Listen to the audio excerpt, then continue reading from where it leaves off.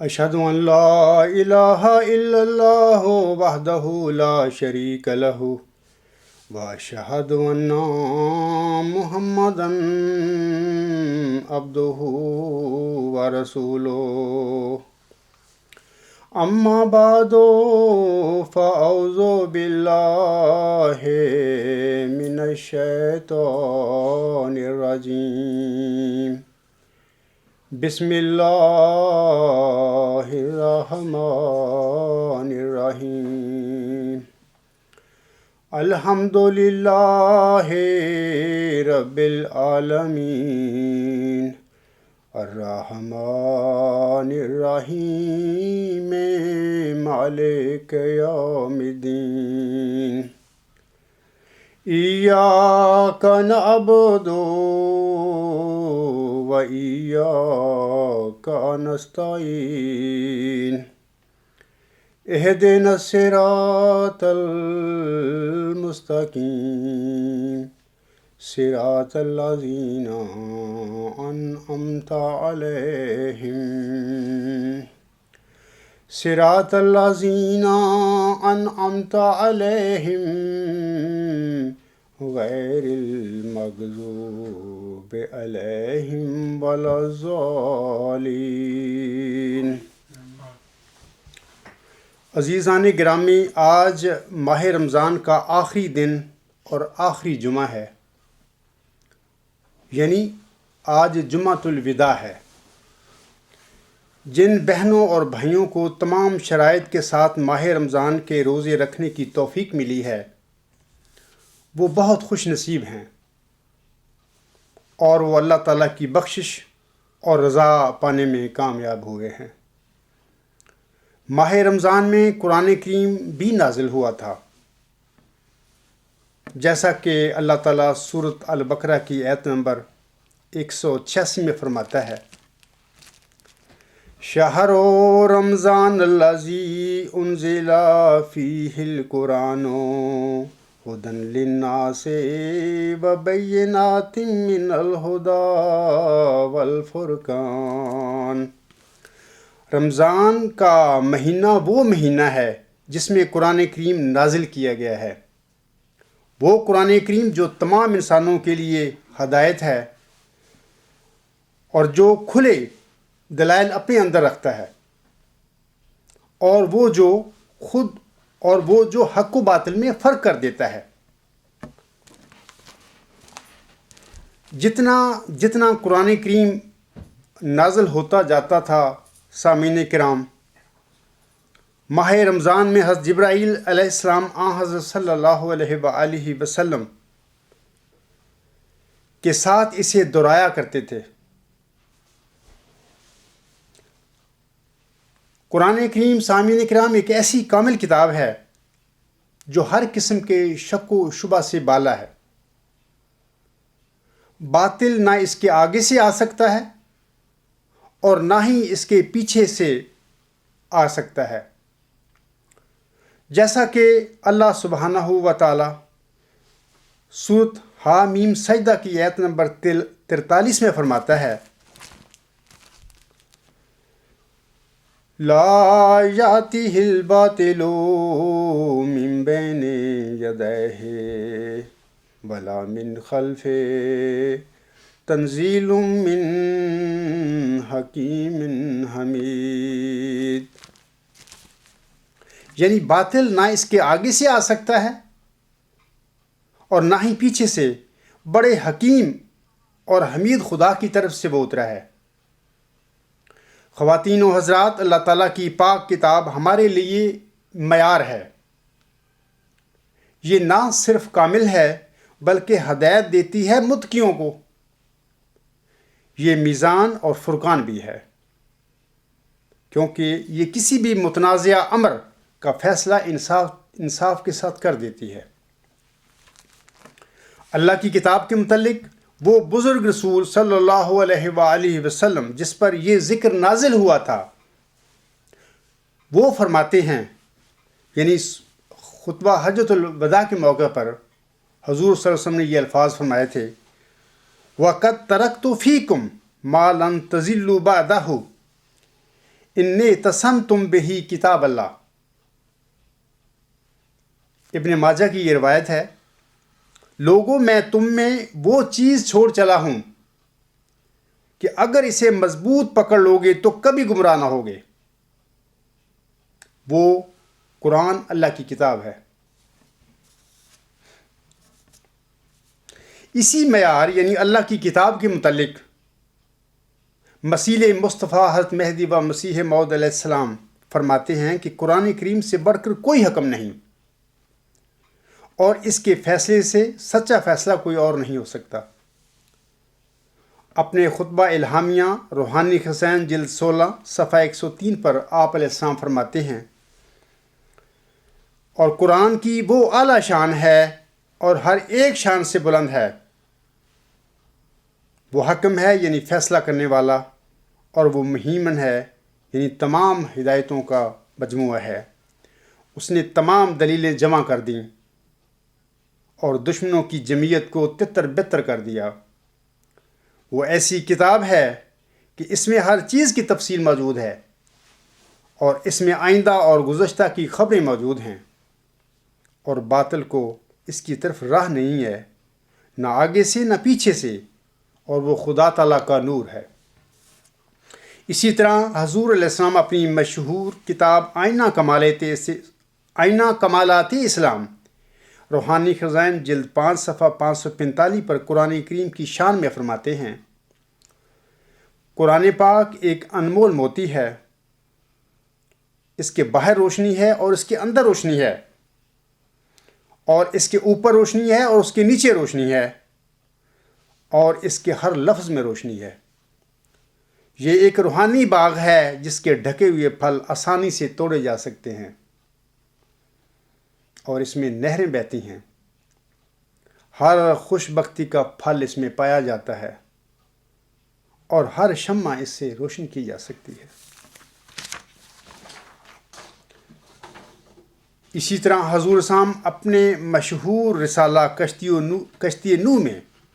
روحانی خزائن جلد 19 صفحہ 13 پر قرآن کریم کے حوالے سے فرماتے ہیں، اور تمہارے لیے ایک ضروری تعلیم یہ ہے کہ قرآن شریف کو مہجور کی طرح نہ چھوڑ دو کہ تمہاری اسی میں زندگی ہے. جو لوگ قرآن کریم کو عزت دیں گے وہ آسمان پر عزت پائیں گے. جو لوگ ہر ایک حدیث اور ہر ایک قول پر قرآن کریم کو مقدم رکھیں گے ان کو آسمان پر مقدم رکھا جائے گا. نوع انسان کے لیے روئے زمین پر اب کوئی کتاب نہیں مگر قرآن. اللہ تعالیٰ حضرت صلی اللہ علیہ وآلہ وسلم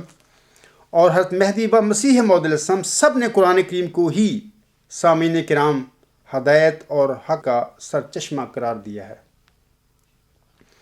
جس نقطہ نظر کو قرآن کریم جھٹلا دے وہ قطعی طور پر غلط نقطہ نظر ہوگا، اور جس موقف کو قرآن کریم سچا قرار دے وہی موقف سچا ہوگا. اس تمہید کے بعد اب میں اصل موضوع کی طرف آتا ہوں. آج میرے خطبہ کا موضوع ہے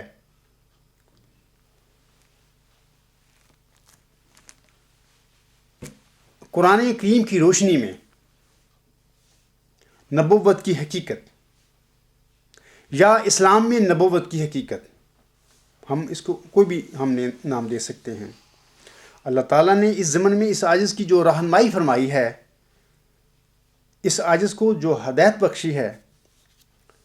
سامعین کرام میں چاہتا ہوں کہ اس ہدایت اور اس علم کو اپنے تمام مسلمان بھائیوں کے آگے رکھوں اور انہیں صراط مستقیم کی طرف دعوت دے کر انہیں سیدھی راہ کی طرف بلاؤں. یہ بھی واضح رہے کہ ہدایت صرف متقیوں کو ملا کرتی ہے، یعنی وہ لوگ جو اللہ تعالیٰ سے ڈرتے ہیں اور ہر قسم کی رعونت اور تکبر سے پاک ہوتے ہیں. لیکن جو لوگ تکبر کی مرض میں مبتلا ہو جائیں اور ساتھ ہی تقوی سے بھی خالی ہوں، ایسے لوگوں کو ہدایت نصیب نہیں ہوا کرتی. جیسے کہ اللہ تعالیٰ اپنی کامل کتاب قرآن کریم کی سورت البقرہ کی آیت نمبر 3 میں فرماتا ہے، ذالک الکتاب لا ریب فیہ ھدی للمتقین، یہ وہ کامل کتاب ہے جس میں کسی قسم کا کوئی شک نہیں، متقیوں کو ہدایت دیتی ہے۔ یہ متقی کون ہیں؟ اسی صورت کی اگلی آیات نمبر 4، 5 اور 6 میں اللہ تعالیٰ ان متقیوں کے اوصاف کے سلسلے میں وضاحت فرماتا ہے۔ الذین یؤمنون بالغیب ویقیمون الصلاۃ ومما رزقناہم ینفقون والذین یؤمنون بما انزل الیک وما انزل من قبلک وبالآخرۃ ہم یوقنون اولئک علی ھدی من ربہم وَأُولَئِكَ هُمُ الْمُفْلِحُونَ۔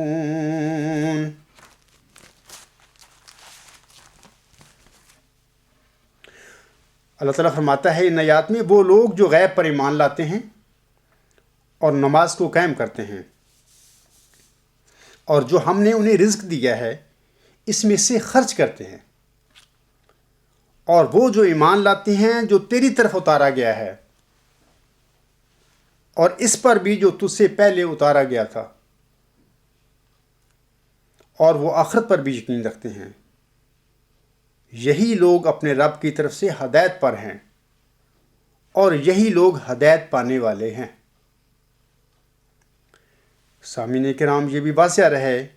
کہ مذہبی مباحثات اور مناظرے علمی مدلل اور حکیمانہ رنگ میں ہونے چاہیے، نہ کہ بحث برائے بحث۔ متقی انسان کی یہ شان اور شیوا ہوتا ہے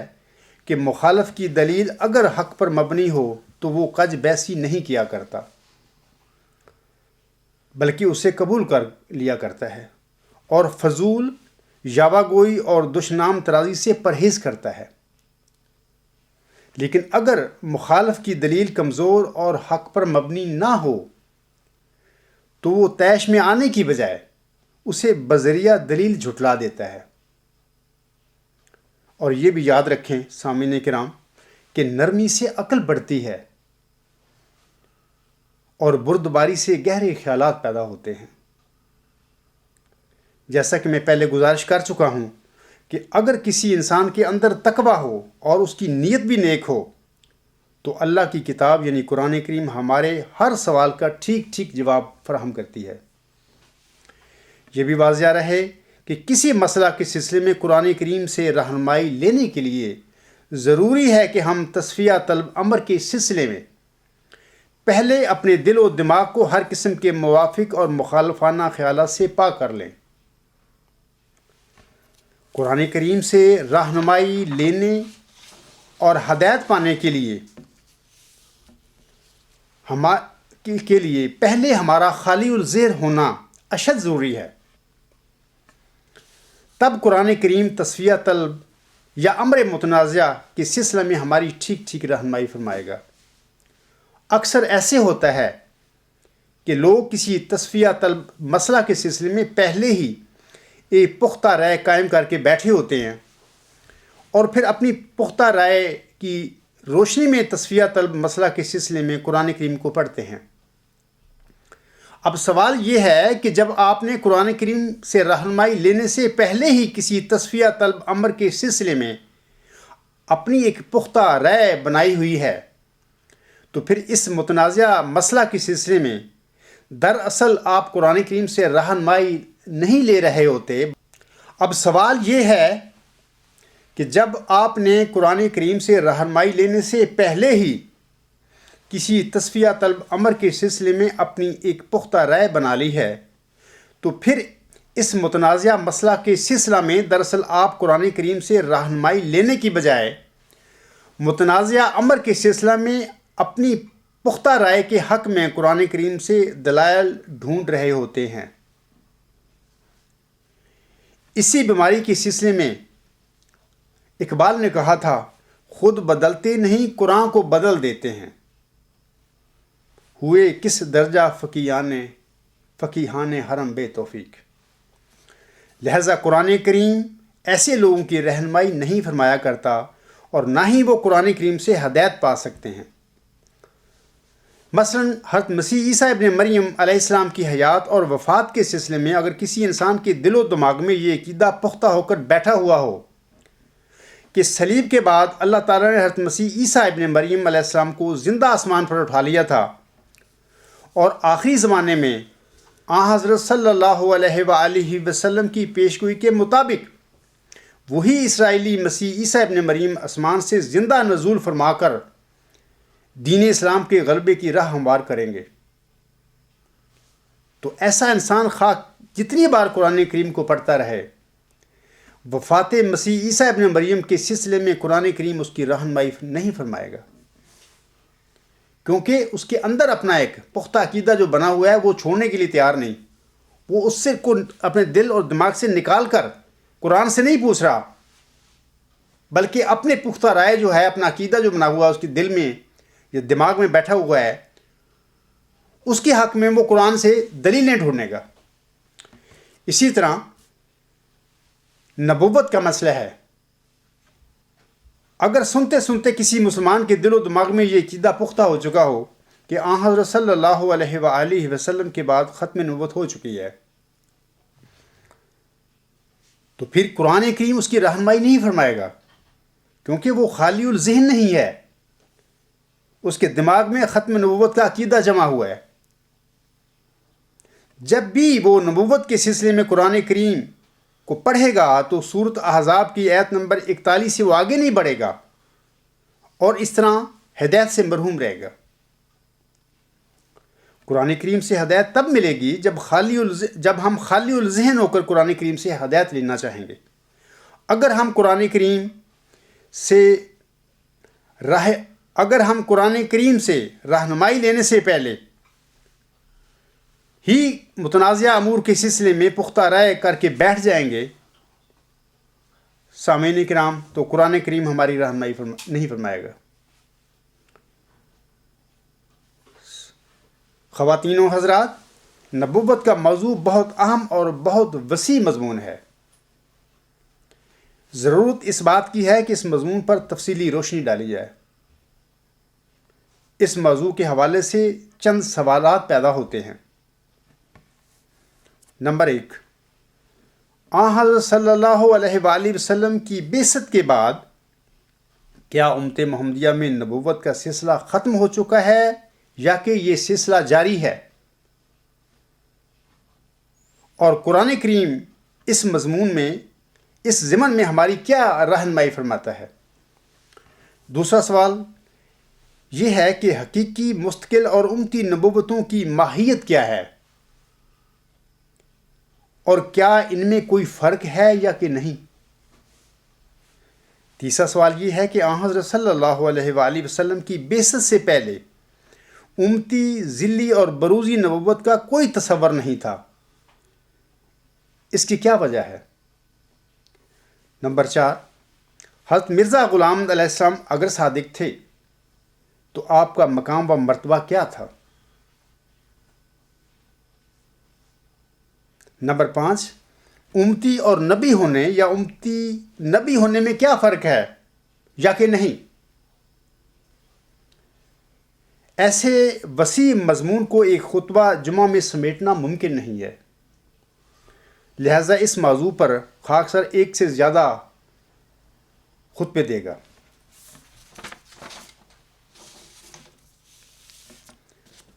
واضح رہے کہ نبی کا لفظ نبا سے مشتق ہے، جس کے معنی خبر اور اطلاع کے ہوتے ہیں۔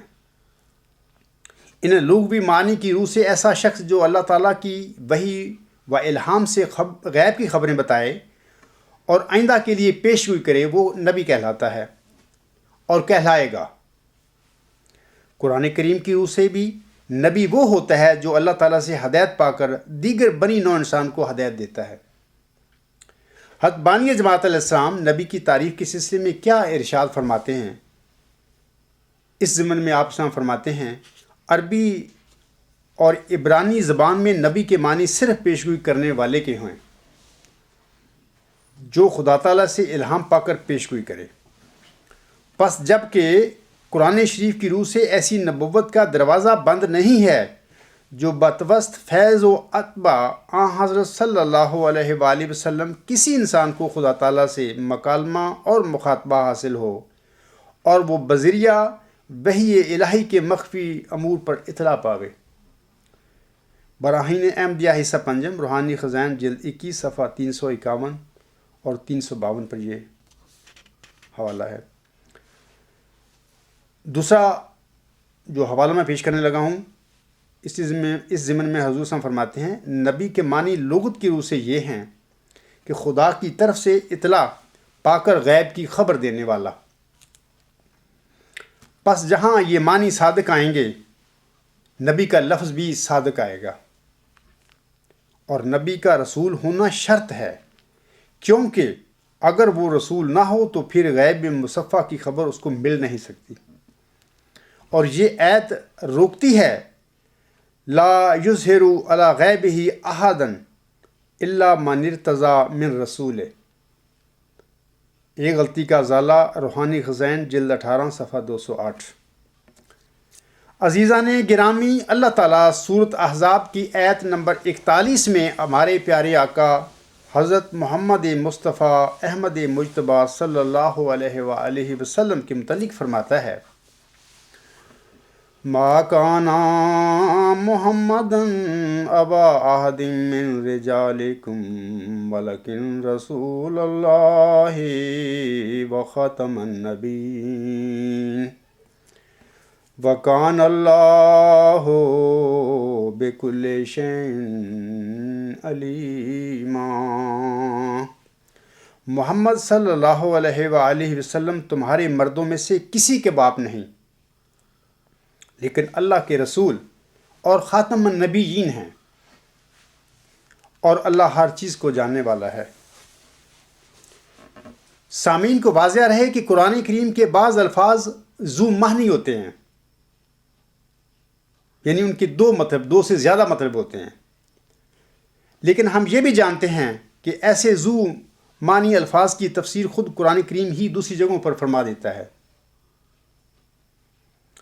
دوسری بات یہ بھی یاد رکھیں کہ اللہ تعالیٰ کی باتوں میں کبھی تضاد نہیں ہوا کرتا۔ یہ تو ہو سکتا ہے کہ ہم لا علم انسانوں کو کسی اصطلاح یا لفظ کی سمجھ نہ آئی ہو، اور ہم اپنی لا علمی اور ناسمجھی کی وجہ سے کسی اصطلاح یا لفظ کے غلط معنی کر کے کلام الہی میں تضاد پیدا کر بیٹھیں، لیکن یہ ممکن نہیں ہے کہ کلام اللہ میں کوئی تضاد ہو۔ مذکورہ آیت کریمہ میں اللہ تعالیٰ نے آن حضرت صلی اللہ علیہ وآلہ وسلم کو خاتم النبیین قرار دیا ہے۔ اب سوال پیدا ہوتا ہے کہ خاتم النبیین کے کیا معنی ہیں؟ کیا اللہ تعالیٰ نے خاتم النبیین کی اصطلاح کو اپنے پیارے نبی صلی اللہ علیہ وآلہ وسلم کے لیے نبیوں کو ختم کرنے والا کے مفہوم میں استعمال فرمایا ہے، یا کہ اس حکیمانہ اصطلاح اور اس حکیمانہ لفظ کے معنی کچھ اور ہیں؟ مسلمان مولویوں اور عام مسلمانوں کی سامعین کرام اکثریت کا یہ نقطہ نظر ہے کہ آن حضرت صلی اللہ علیہ وآلہ وسلم کی بعثت کے بعد سورۃ احزاب کی آیت نمبر 41 کے مطابق نبوت کا سلسلہ ہمیشہ کے لیے ختم ہو چکا ہے۔ اب ہم دیکھیں گے کہ قرآن کریم کی دیگر آیات امت کی غالب اکثریت کے اس نقطہ نظر کی تصدیق کرتی ہیں یا کہ اس کی تکذیب کرتی ہیں۔ سورۃ احزاب کی آیت نمبر 41 میں خاتم النبیین کے الفاظ بظاہر مبہم اور اختلافی ہیں، ذو معنی ہیں۔ ان الفاظ کی حقیقی معنی کے متعلق قرآن مجید کی دیگر آیات ہمیں کیا خبر دیتی ہیں؟ اس مقصد کے لیے ہم پہلے سورۃ فاتحہ کو لیتے ہیں۔ یاد رہے کہ قرآن مجید کی پہلی سورت کا نام الفاتحہ ہے۔ فاتحہ کے معنی فاتحہ کے لغوی معنی کھولنے کے ہیں، اور اسی لیے اس سورت کو فاتحۃ الکتاب کہتے ہیں۔ اس سورت کے چند اور نام بھی ہیں سامعین کرام، مثلا یہ ام القرآن بھی ہے، اور السبع المثانی بھی ہے، اور القرآن العظیم بھی ہے۔ السبع المثانی کا مطلب ہے کہ 7 بار بار دہرائی جانے والی ایتیں۔ اس سورت کے متعلق السبع المثانی کا لفظ قرآن کریم میں بھی آیا ہے، جیسا کہ اللہ تعالیٰ سورت الحجر کی آیت نمبر 88 میں فرماتا ہے وَلَقَدْ أَتَيْنَاكَ سَبْعًا مِّنَ الْمَثَانِي وَالْقُرْآنِ الْعَظِيمِ، اور ہم نے یقیناً تجھے 7 بار بار دہرائی جانے والی آیات اور عظیم قرآن دیا ہے۔ اسی طرح اس سورت کے بہت سارے فضائل احادیث میں بیان ہوئے ہیں۔ مثلا نسائی نے ابی بن کعب سے روایت کی ہے، قال رسول اللہ صلی اللہ علیہ وآلہ وسلم ما انزل اللہ فی تورات ولا فی الانجیل مثل ام القرآن وہی السبع المثانیہ وہی مقسومۃ بینی و بین عبدی ولعبدی ما سأل۔ کتاب الافتتاح فضل فاتحۃ الکتاب۔ حضرت صلی اللہ علیہ وآلہ وسلم نے فرمایا، اللہ تعالیٰ نے نہ تورات میں نہ انجیل میں کوئی ایسی صورت اتاری جیسی کہ ام القرآن یعنی صورت فاتحہ ہے، اور اس کا ایک نام السبع المثانی بھی ہے، اور اللہ تعالیٰ نے اس کے بارے میں مجھے فرمایا ہے کہ وہ میرے اور میرے بندے کے درمیان باحصہ مساوی بانٹ دی گئی ہے، اور اس کے ذریعے میرے بندے جو دعا مجھ سے کریں گے وہ ضرور قبول کی جائے گی۔ خواتین و حضرات، ہم جانتے ہیں کہ اللہ تعالیٰ نے اس عظیم صورت میں کہ جس سے قرآن مجید کی ابتدا ہوئی اور وہ جو اس کے مضامین کو کھولنے والی ہے، میں ہمیں یہ دعا سکھائی ہے، اہدنا الصراط المستقیم صراط الذین انعمت علیہم غیر المغضوب علیہم ولا الضالین۔ یہ سورۃ فاتحہ کی آیات نمبر 6 اور 7 ہیں۔ ان میں اللہ تعالیٰ فرماتا ہے اور ہمیں یہ دعا سکھاتا ہے امت محمدیہ کو کہ مجھ سے دعا کرو، ہمیں سیدھے راستہ کی طرف ہدایت فرما، ان لوگوں کے راستے کی طرف جن پر تو نے انعام فرمایا، نہ کہ جن پر تیرا غضب نازل ہوا اور وہ جو گمراہ ہوئے۔ جس ہستی نے حضرت صلی اللہ علیہ وآلہ وسلم پر مکہ میں سورت فاتحہ نازل فرمائی تھی، اس کو معلوم تھا کہ اس نے اپنے پیارے نبی صلی اللہ علیہ وآلہ وسلم پر مدینہ میں سورت احزاب کی متذکرہ بالا آیت خاتم النبیین بھی نازل فرمانی ہے۔ اس کے باوجود یہ صورت ہم پر واضح کر رہی ہے کہ اللہ تعالیٰ نے اپنے پیارے حبیب صلی اللہ علیہ وآلہ وسلم کی معرفت امت محمدیہ کو ایسے سیدھے راستے کی طرف ہدایت فرمانے کی دعا سکھائی ہے جس پر چلنے والوں کو اس نے پہلے بھی اپنے انعام یافتہ بندوں میں شامل فرمایا تھا۔ اب یہ کیسے ہو سکتا تھا کہ اللہ تعالیٰ اپنے پیارے حبیب صلی اللہ علیہ وآلہ وسلم کی امت کو سیدھے راستے کی طرف ہدایت فرمانے کی دعا تو سکھائے، اور پھر امت قیامت تک یہ دعا مانگتی بھی رہے، لیکن اللہ تعالیٰ ان کی یہ دعا قبول نہ فرمائے۔ سامعین کرام، ایسا لغو فعل نعوذ باللہ اللہ تعالیٰ کی طرف منسوب نہیں کیا جا سکتا کہ وہ اپنے بندوں کو ایسی دعائیں سکھائے جو اس نے قبول نہ کرنی ہوں، اور پھر اللہ تعالیٰ نے اس صورت میں ہی صراط مستقیم کی طرف ہدایت کا ذکر نہیں فرمایا، بلکہ وہ ایک دوسری جگہ یعنی سورت النساء کی آیت نمبر 69 میں فرماتا ہے وَلَهَدَيْنَاهُمْ صِرَاطًا مُسْتَقِيمًا۔ یعنی اگر امت محمدیہ حضرت صلی اللہ علیہ وآلہ وسلم کے فیصلوں پر عمل اور آپ کی فرما برداری کرے گی تو اللہ تعالیٰ انہیں ضرور صراط مستقیم کی طرف ہدایت دے گا۔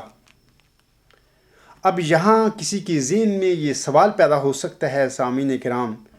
کہ کیا دلیل ہے اس بات کی کہ صراط مستقیم کی طرف ہدایت بخشنے سے اللہ تعالیٰ کی مراد نبوت کا انعام بھی ہوتا ہے؟ یہ ایک سوال ہے، کسی کے ذہن میں ضرور پیدا ہوگا۔ اللہ تعالیٰ نے اس سوال کا جواب ہمیں سورۃ الانعام کی آیات 85 تا 90 میں عنایت فرمایا ہوا ہے۔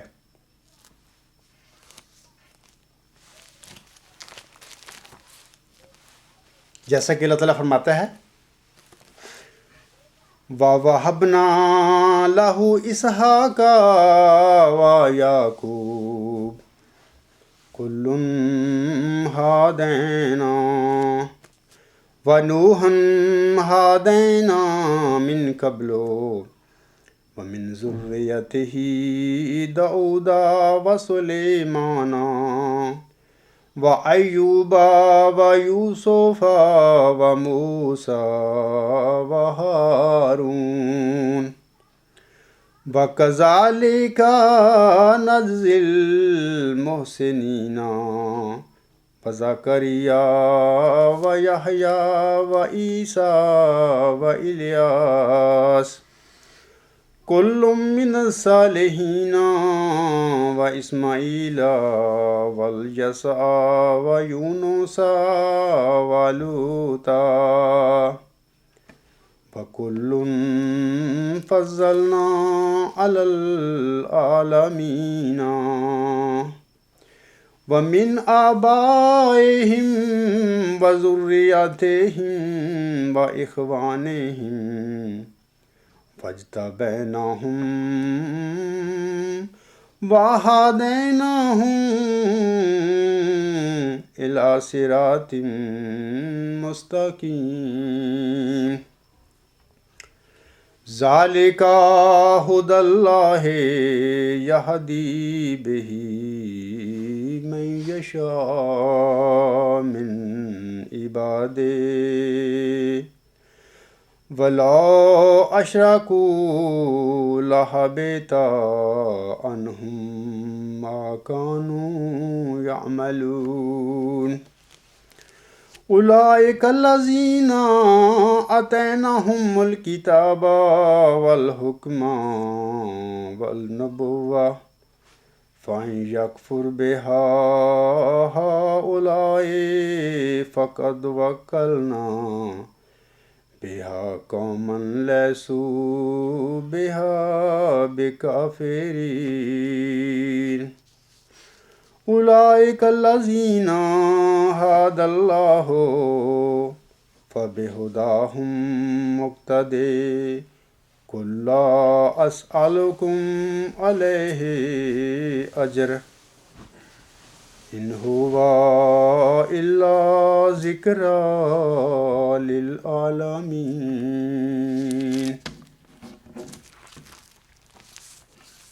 ان آیات میں اللہ تعالیٰ فرماتا ہے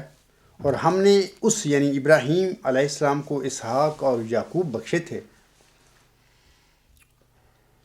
ہم نے ان سب کو ہدایت دی تھی، اور نوح کو ہم نے اس سے پہلے ہدایت دی تھی، اور اس یعنی ابراہیم کی ذریت میں سے داؤد اور سلیمان اور ایوب اور یوسف اور موسیٰ اور ہارون کو بھی ہم نے ہدایت دی تھی،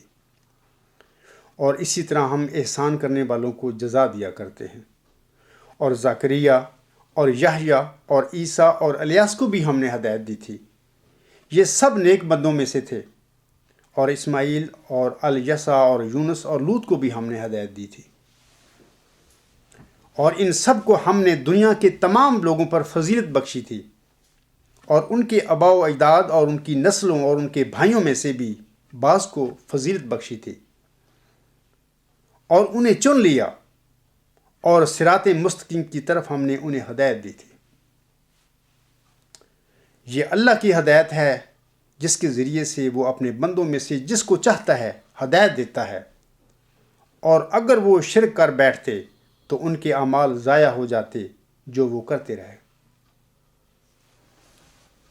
یہ وہ لوگ ہیں جن کو ہم نے کتاب اور حکمت اور نبوت عطا کی تھی، پس اگر یہ لوگ اس نبوت کا انکار کریں تو ہم نے اس کو ایسے لوگوں کے سپرد کیا ہے جو اس کے منکر نہیں ہیں۔ یہ وہ لوگ ہیں جنہیں اللہ نے ہدایت دی تھی، بس تو بھی ان کی ہدایت کی پیروی کر۔ تو انہیں کہہ دے کہ میں تم سے اس کا کوئی اجر نہیں مانگتا، یہ تو صرف تمام جہانوں کے لیے ایک نصیحت ہے۔ سامعین کرام، کیا ان آیات سے یہ بات قطعی طور پر ثابت نہیں ہوتی کہ صراط مستقیم کی ہدایت میں نبوت کی نعمت شامل ہے؟ اور اللہ تعالیٰ نے سابق انبیاء علیہ السلام ابراہیم، اسحاق، یعقوب، نوح، داؤد، سلیمان، ایوب، یوسف، موسیٰ، ہارون، زکریا، یحییٰ، عیسیٰ، الیاس، اسماعیل، الیسع، یونس اور لوط کا ذکر فرما کر اور ان کی مثالیں دے کر صراط مستقیم کی ہدایت کی وضاحت فرما دی ہے۔ اب جب کہ اللہ تعالیٰ نے امت محمدیہ کو حضرت صلی اللہ علیہ وآلہ وسلم کی معرفت صراط مستقیم کی طرف ہدایت کی دعا سکھلائی ہے، یعنی کہ اہدنا الصراط المستقیم، تو پھر کوئی متقی اور معقول انسان یہ کیسے گمان کر سکتا ہے کہ امت محمدیہ نبوت ایسی عظیم نعمت یا دوسرے الفاظ میں ہدایت سے محروم ہے؟ خواتین و حضرات، چونکہ صراط مستقیم کی طرف ہدایت دے کر اللہ تعالیٰ اپنے بندوں کو نبوت سے سرفراز فرما دیتا ہے، جیسا کہ ابھی میں نے پڑھا ہے سورۃ الانعام کی آیت نمبر 85 سے 90 تک، اسی موضوع کا اللہ تعالیٰ نے ذکر فرمایا ہے۔ اور میں نے گزشتہ 18 انبیاء علیہ السلام کا بطور ثبوت آپ لوگوں کے آگے ذکر بھی کر دیا ہے قرآن کریم میں سے۔ اب جو لوگ اپنی لا علمی اور ناسمجھی کی وجہ سے خاتم النبیین کے معنی نبیوں کو ختم کرنے والا کرتے ہیں، بلکہ کرنے پر بضد ہیں، تو پھر ایسے معانی کرنے اور اپنانے سے کیا نتیجہ نکلتا ہے؟ ایسے لوگوں کو اس نتیجہ پر بھی غور کرنا چاہیے کہ ہم کیا کر رہے ہیں۔ اگر خاتم النبیین کی اصطلاح کے معنی نبیوں کو ختم کرنے والا کیے جائیں سامعین کرام، تو اس سے دو خطرناک فسادات لازماً پیدا ہو جاتے ہیں۔ پہلا فساد یہ ہے کہ اللہ کے کلام میں تضاد پیدا ہو جاتا ہے، حالانکہ اللہ کا کلام ہر قسم کے تضاد سے پاک ہے۔ قرآن کریم کے کسی لفظ یا اصطلاح کے معنی کرنے میں لوگوں کو تو غلطی لگ سکتی ہے، لیکن کلام اللہ میں کوئی تضاد نہیں ہو سکتا۔ جیسے کہ یہی خاتم النبیین کے الفاظ ہیں، اس کے معنی کرنے میں تو لوگوں کو غلطی لگ سکتی ہے، یا اور بعض ایسے الفاظ ہیں متشابہ ہیں، ان کے معنی کرنے میں انسانوں کو تو غلطی لگ سکتی ہے، لیکن اللہ تعالیٰ کے جو کلام ہے بحیثیت مجموعی، اس میں کوئی تضاد نہیں ہوتا، کیونکہ اللہ تعالیٰ نے اس قسم کے مشتبہ اور ذو معنی الفاظ کا بعض دیگر مواقع پر قرآن کریم میں ہی تفسیر کر دی ہوئی ہے۔ دوسرا فساد جو پیدا ہوتا ہے وہ یہ ہے کہ خاتم النبیین کے معنی نبیوں کو ختم کرنے والا کرنے سے یہ لازم آتا ہے کہ اس طرح حضرت صلی اللہ علیہ وآلہ وسلم کو نعوذ باللہ ہدایت کو ختم کرنے والا بنا دیا جاتا ہے،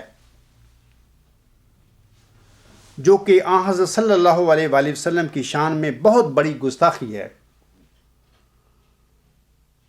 جیسے کہ میں نے ابھی بتایا ہے کہ اللہ تعالیٰ نے اہدنا الصراط المستقیم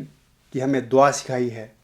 اور پھر میں نے سورۃ الانعام کی آیات نمبر 85 تا 90 تک پڑھ کر بتایا ہے کہ یہ جو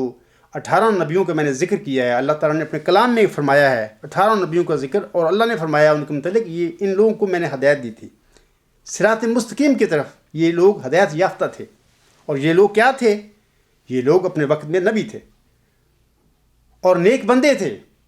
اور اللہ نے ان لوگوں کو چن لیا تھا اور ان کو صراط مستقیم کی طرف ہدایت دے کر نبی بنایا تھا۔ سامعین کرام، نبی تو ہدایت یافتہ ہوتے ہیں،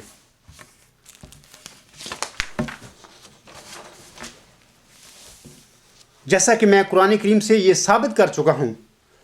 اگر آن حضرت صلی اللہ علیہ وآلہ وسلم نعوذ باللہ نبیوں کو ختم کرنے والے ہیں، تو کیا اس کا یہ مطلب نہیں بنتا کہ ایسے معنی کر کے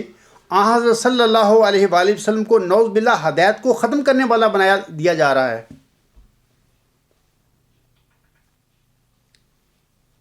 جبکہ اللہ تعالیٰ نے اپنے حبیب صلی اللہ علیہ وآلہ وسلم کو رحمت للعالمین قرار دیا ہے، جیسا کہ اللہ تعالیٰ سورۃ الانبیاء کی آیت نمبر 108 میں فرماتا ہے، وما ارسلناک الا رحمت للعالمین، اور ہم نے تجھے تمام جہانوں کے لیے رحمت بنا کر بھیجا ہے۔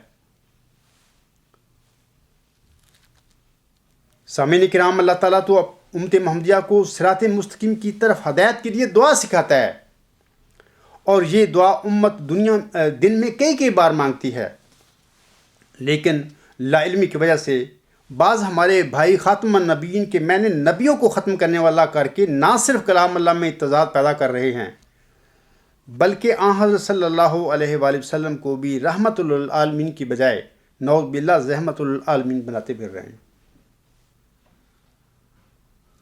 اللہ تعالیٰ تو ہمیں صراط مستقیم کی طرف ہدایت دے کر ہم مسلمانوں کو نبوی انعام سے سرفراز کرنا چاہتا ہے، لیکن عجیب بات ہے کہ امت میں سے بعض بدبخت اس ہدایت کو ٹھکرا کر نہ صرف کلام اللہ میں تضاد پیدا کرنے کی کوشش کر رہے ہیں، بلکہ حضرت محمد مصطفیٰ صلی اللہ علیہ وآلہ وسلم جنہیں بزرگ و برتر رب نے رحمت للعالمین بنایا تھا،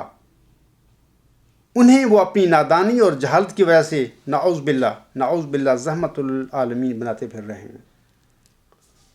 اگر نبیوں کو ختم کرنے والا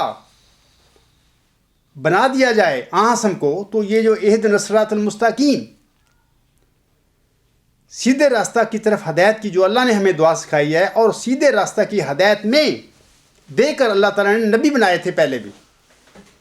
وہ سب نبی سیدھے راستہ کی طرف ہدایت یافتہ تھے۔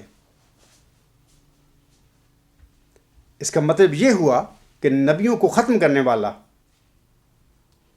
اس کا مطلب یہ کہ پھر سیدھے کی راستہ کی طرف جو ہدایت اللہ دیتا ہے، اس ہدایت کو ختم کرنے والا بن جائے گا۔ سورۃ فاتحہ کی اگلی آیت نمبر جو 7 میں ہے، اللہ تعالیٰ صراط مستقیم کے سلسلہ میں ہماری مزید سامعین کرام رہنمائی فرماتا ہے۔ وہ کیا ہے رہنمائی؟ اللہ تعالیٰ فرماتا ہے، صراط الذین انعمت علیہم،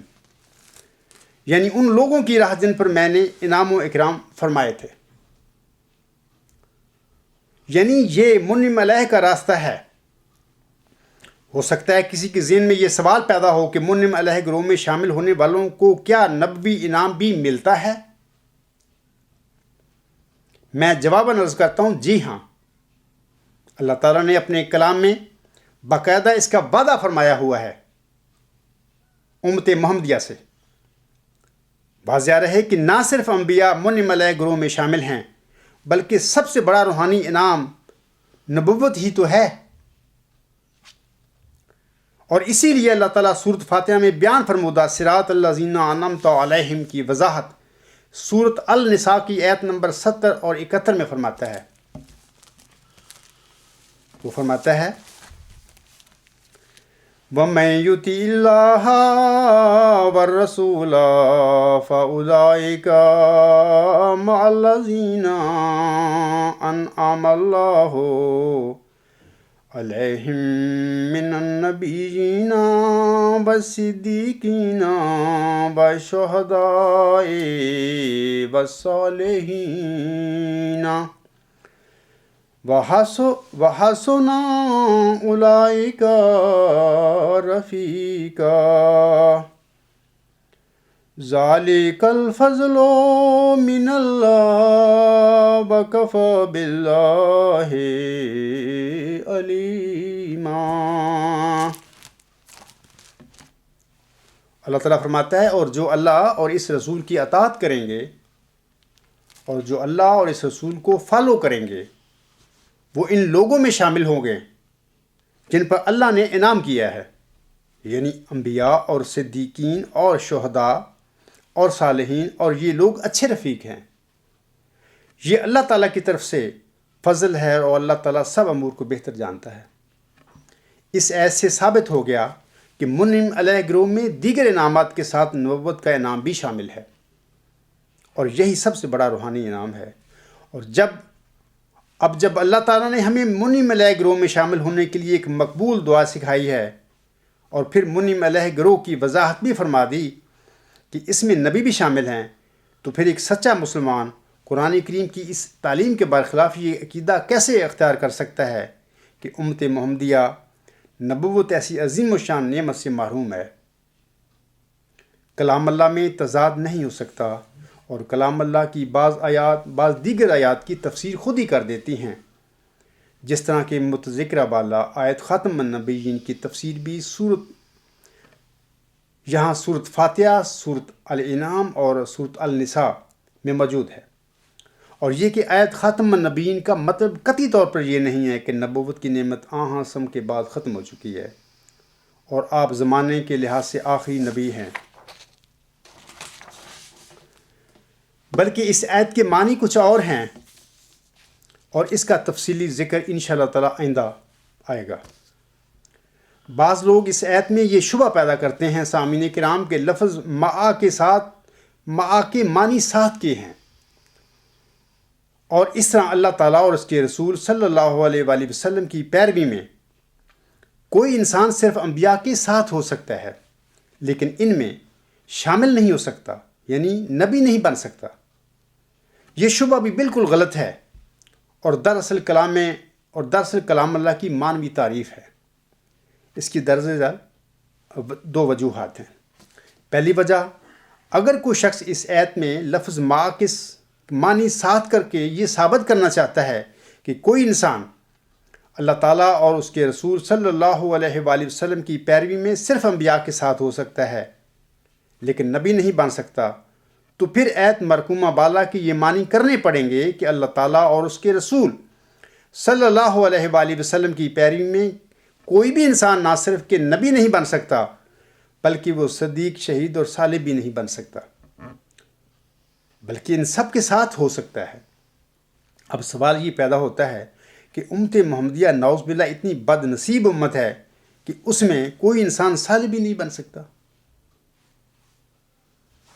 یہ معنی یقیناً غلط ہیں اور عقل سلیم ان کو رد کرتی ہے، کیونکہ حضور صلی اللہ علیہ وآلہ وسلم کے بعد امت محمدیہ میں کروڑوں انسان صالح ہو گزرے ہیں، اور حضرت صلی اللہ علیہ وآلہ وسلم نے اپنی زندگی میں ابو بکر کے متعلق صدیق کا لفظ استعمال فرمایا اور مشہور ہے امت میں۔ اور جب انسان اللہ تعالیٰ اور اس کے رسول صلی اللہ علیہ وسلم کی پیروی میں صالح بن سکتا ہے، شہید بن سکتا ہے، صدیق بن سکتا ہے، تو پھر بلا شبہ اس آیت کے مطابق وہ نبی بھی بن سکتا ہے۔ افسوس ان لوگوں پر جو تعصب میں اتنے اندھے ہو گئے ہیں کہ ایک برگزیدہ نبی کی مخالفت میں کلام اللہ کے معنی بگاڑنے سے بھی باز نہ آئے۔ دوسری وجہ سامعین کرام یہ ہے کہ اللہ تعالیٰ نے لفظ مع کا استعمال اپنے کلام یعنی قرآن کریم میں معنی من یعنی میں بھی فرمایا ہے۔ مثال کے طور پر اللہ تعالیٰ نے سورۃ آل عمران کی آیت نمبر 194 میں مومنوں کو یہ دعا سکھائی ہے کہ وَتَوَفَّنَا مَعَ الْأَبْرَارِ، یعنی اے اللہ ہمیں ابرار کے ساتھ موت دے۔ اور ہر مسلمان جانتا ہے کہ اس کے معنی یہ ہیں کہ اے اللہ ہمیں ابرار کے ساتھ شامل کر کے ابرار بنا کر موت دینا۔ یہ معنی کوئی نہیں کرتا کہ اے اللہ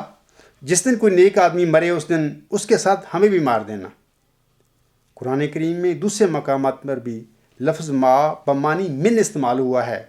لیکن سر دست ایک ہی مثال کافی ہے، کیونکہ مومن کی فراست ہے تو کافی ہے اشارہ۔ سامعین کرام، اہدنا الصراط المستقیم کے سلسلے میں ہمارے بعض مسلمان مفسرین نے کچھ اور شبہات بھی پھیلا رکھے ہیں۔ مثلا شبہ نمبر 1، یہ تفسیر جواہر القرآن جلد اول صفحہ 76 پر مفسر جناب مولانا حسین علی صاحب لکھتے ہیں، اول تو یہی غلط ہے کہ اہدنا الصراط المستقیم میں ان چاروں جماعتوں کے درجات حاصل کرنے کی درخواست کی گئی ہے، بلکہ ان میں تو صرف ان جماعتوں کی راہ پر چلنے اور قائم رکھنے کی درخواست ہے۔ اس شبہ کے سلسلے میں خاکسار جواباً عرض کرتا ہے کہ یہ شبہ بالکل غلط ہے، کیونکہ جو دعا اللہ تعالیٰ اپنے بندوں کو سکھائے وہ تو پہلے ہی مقبول ہوتی ہے، اور جن روحانی نعمتوں کا اللہ تعالیٰ اپنے بندوں سے وعدہ فرمائے وہ ضرور انہیں بخشا کرتا ہے۔ اور جو کہا گیا ہے کہ دعا سے منعم علیہ گروہ کی راہ پر چلنے اور قائم رہنے کی ہے،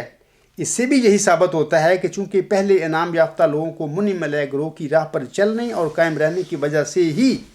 متذکرہ بالا روحانی نعمتیں ملی تھیں، لہذا آج بھی اللہ اور آن حضرت صلی اللہ علیہ وآلہ وسلم کی پیروی میں یہ وعدہ موجود ہے،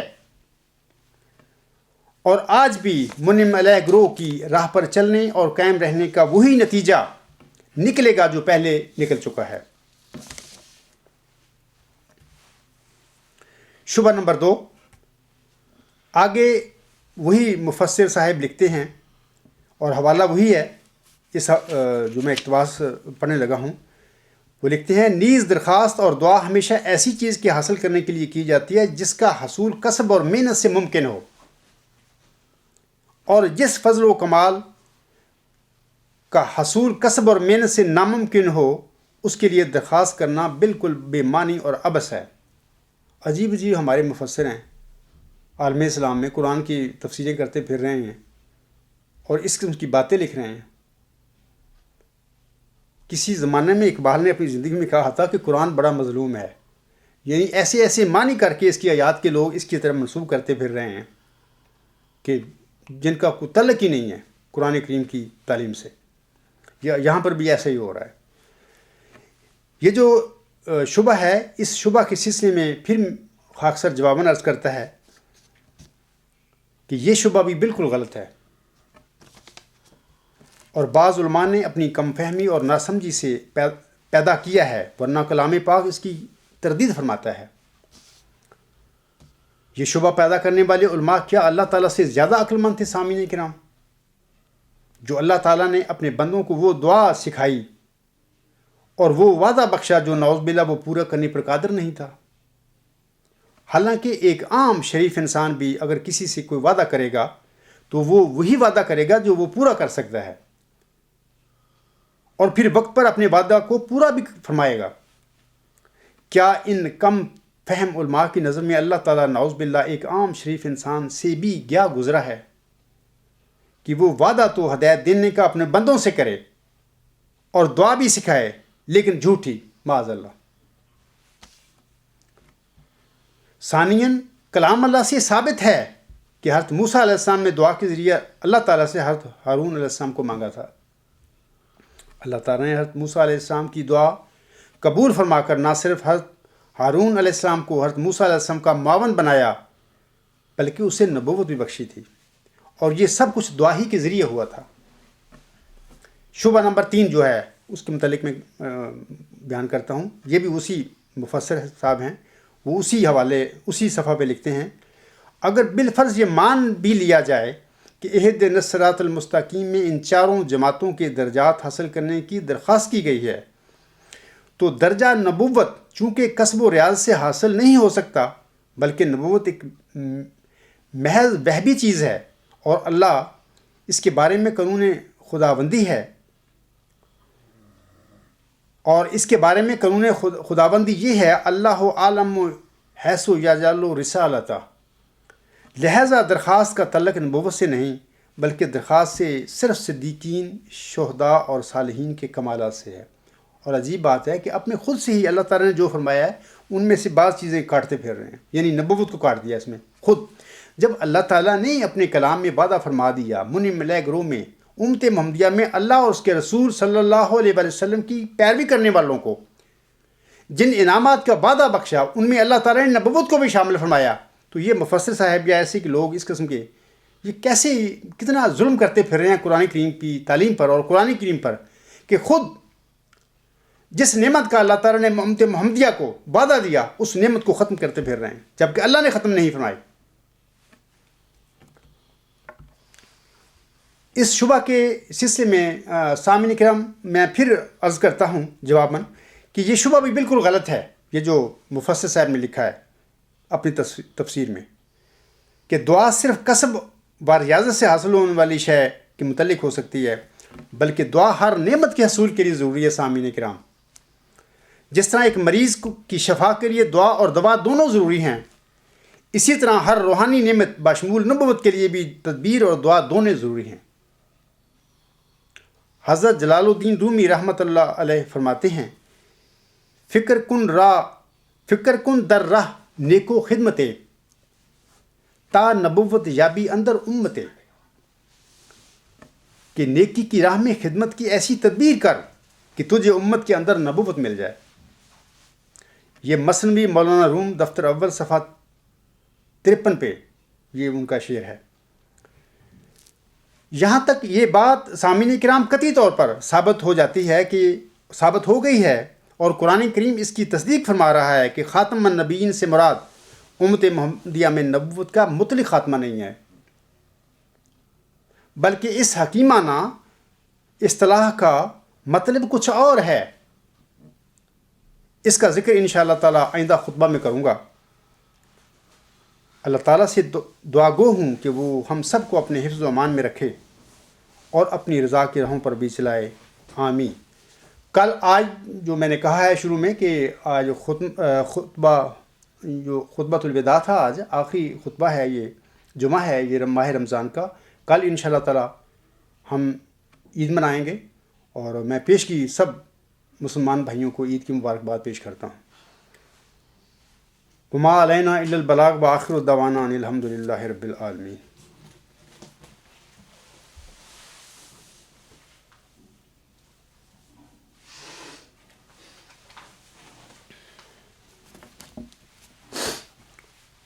الحمد للہ نحمدہ ونستعینہ ونستغفرہ ونؤمن بہ ونتوکل علیہ ونعوذ باللہ من شرور انفسنا ومن سیئات اعمالنا من یہدہ اللہ فلا مضل لہ ومن یضللہ فلا ہادی لہ ونشہد ان لا الہ الا اللہ ونشہد ان محمدا عبدہ ورسولہ. عباد اللہ رحمکم اللہ، ان اللہ یأمر بالعدل والاحسان وایتاء ذی القربی وینہی عن الفحشاء والمنکر والبغی یعظکم لعلکم تذکرون. اذکروا اللہ یذکرکم وادعوہ یستجب لکم ولذکر اللہ اکبر.